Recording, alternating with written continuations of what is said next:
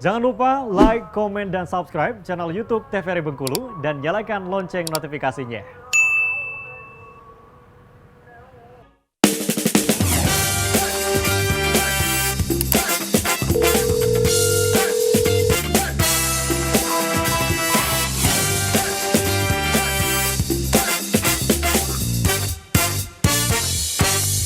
Terima kasih dokter. Selanjutnya ada juga dokter Lisda. Halo dokter. Halo, Bagaimana kabarnya? puji Tuhan sehat. Alhamdulillah luar biasa. Terima kasih dokter. Iya. Bagaimana pertanyaan yang sama dengan perjalanannya tadi? Lancar sih, walaupun Lancar ya, ada hujan. lancar aman jaya ya walaupun hujan ya. Baik dokter Lisda dan juga dokter Elsa, kita membahas mengenai demam denggi nih. Apalagi kita saat ini musim hujan ya. Tadi pagi udah hujan, udah masuk lah ya dari kemarau ke hujan. Ini apakah berdampak lebih tinggi pada penyakit-penyakit, salah satunya demam denggi ini akan kita bahas. Saya dan pemirsa di rumah tentunya ingin tahu mengenai penyakit demam denggi ini. Mungkin bisa langsung dijelaskan oleh dokter Elsa terlebih dahulu. Oke, Baik, langsung silakan. ke slide aja ya. Oke, silakan dokter.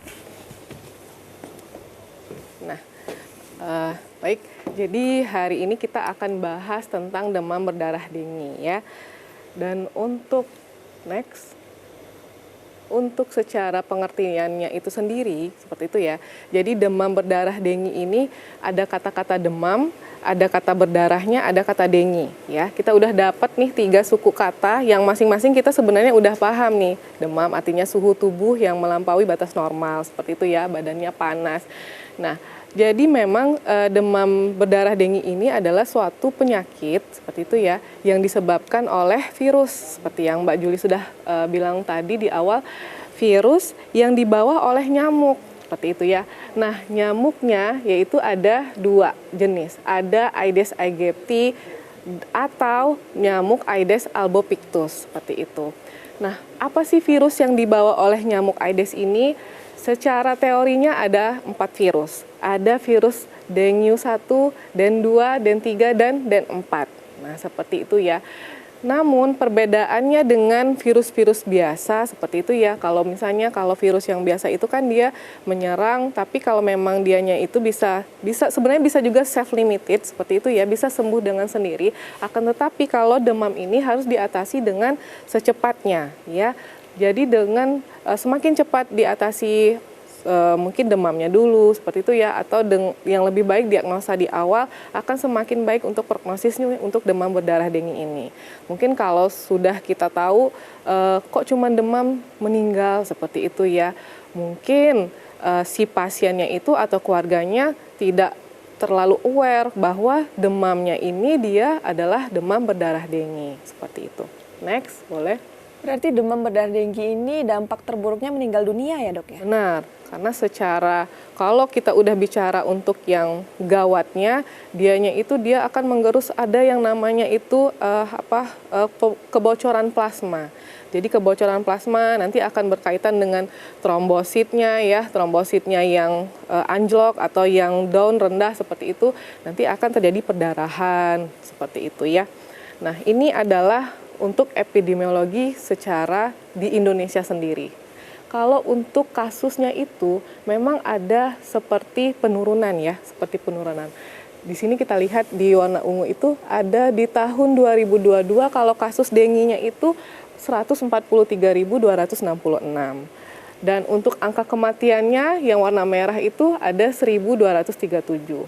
Apa kabar dengan tahun 2023? Tahun 2023 kalau secara datanya menurun.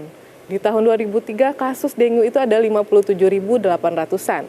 Kalau angka kematiannya 422 ya. Dok, itu kalau dilihat dok dari angka 143 sekian ke 1237 yang meninggal cukup banyak juga ya dok ya? Banyak ya, karena kita jadi walaupun ini sekedar data, sekedar info, alhamdulillahnya kita sudah mengalami penurunan. Akan tetapi tetap saja kita harus waspada terhadap penyakit DBD ini ya. Gimana kalau untuk angka kesakitan? Angka kesakitan ini adalah angka sama seperti angka kejadian ya, orang-orang yang dengan didiagnosa DBD seperti itu ya, itu disebut dengan angka kesakitan dan angka kematian atau case fatality rate. Kalau untuk di tahun kita bicara di situ ya, di situ adanya tahun 2022 Jadi kalau untuk angka kejadiannya itu 0,73. Seperti itu ya. Di sini kita bisa lihat kalau memang angka kematian itu bisa dibilang cenderung mengalami penurunan. Seperti itu ya. Kalau angka kesakitannya itu yang warna biru, dia cenderung ada meningkat juga. Jadi dia fluktuatif, tidak menetap, tidak nurun atau tidak terlalu turun ya. Ini menggambarkan apa? Menggambarkan bahwa kejadian DBD ini belum bisa dikatakan hilang seperti itu ya, belum bisa dikatakan Indonesia sudah bisa mengatasi dengan baik atau secara komprehensif untuk DBD itu sendiri, karena angkanya masih fluktuatif nih, turun naik seperti itu ya. Dan kalau untuk di Indonesia sendiri, sesuai data dari Kemenkes, jadi memang ada 5 kota. Jadi misalnya top 5 seperti itu ya, top 5 negara yang kota 5 tertinggi yang angka kasus dengue-nya itu tinggi. Kalau kita bicara di tahun 2022, yang pertama itu ada kota Depok, yang kedua ada Medan, ketiga Bekasi. Kalau yang di tahun 2003, yang pertama mengalami perubahan, yang pertama malah kota Bandung, yang kedua kota Denpasar Bali, seperti itu ya, yang ketiga kota Bekasi. Bengkulu mana dok? Seperti itu ya. Bengkulu alhamdulillahnya tidak termasuk di top 5 kota di Indonesia yang memiliki kasus demam dengue terbanyak. Tetapi jadi tanda tanya besar seperti itu ya. Apakah memang tidak ada? Apakah seperti fenomena gunung es sebenarnya ada tetapi tidak muncul ke permukaan atau tidak diketahui dengan surveillance atau orang yang mendatanya. Jadi tetap saja apalagi Bengkulu ini kita seperti masih banyak rawa seperti itu ya, lembab-lembab, genangan masih banyak ya, apalagi kita kalau musim banjir juga kita masih kota yang terkena banjir seperti itu ya. Jadi tetap waspada terhadap demam berdarah dengue itu sendiri.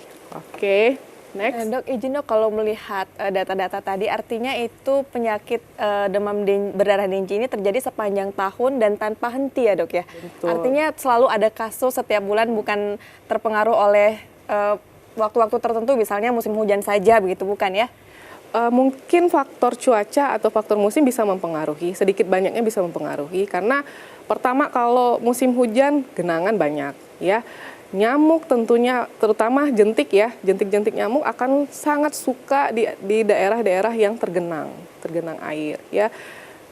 Contoh kecilnya aja sih lah, misalnya kalau musim hujan, apakah ibu-ibu di rumah selalu mengeringkan pot-pot bunganya seperti itu ya. Apalagi pot-pot bunga kayaknya sekarang udah pakai piringan di bawahnya ya. Nah, di situ sangat-sangat disukai oleh nyamuk seperti itu.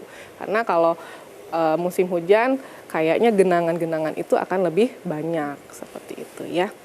Nah, kita bicara nyamuknya nih. Si pelakunya, penyebab yang membawa virus yang menyebabkan terjadinya demam berdarah dengue. Ini mungkin secara garis besar mungkin pemirsa TVRI di rumah sudah tahu ya, kalau inilah nyamuk yang menyebabkan demam berdarah dengue tadi. Memiliki bentuk yang relatif kecil, adanya corak loreng-loreng ini ya, hitam putih seperti itu ya. Terus menghisap darah manusia pada pagi dan sore hari seperti itu ya. Kalau secara teorinya ini waktu-waktu yang paling dominan nyamuk-nyamuk ini apa istilahnya, beraksi seperti itu ya. Kalau pagi pada pukul 9 sampai pukul 10, sore pukul 15 sampai 16 seperti itu ya. Ini adalah secara teorinya atau secara penelitiannya, nyamuk-nyamuk ini dia beroperasi atau beraksi pada pukul-pukul sekian seperti itu. Next. Baik dok, ini selanjutnya akan kita lanjutkan usai jeda pariwara berikut ya dok. Oke. Baik pemirsa, jangan kemana-mana, tetap bersama kami dalam Dokter Kito, bersama Kito Sehat.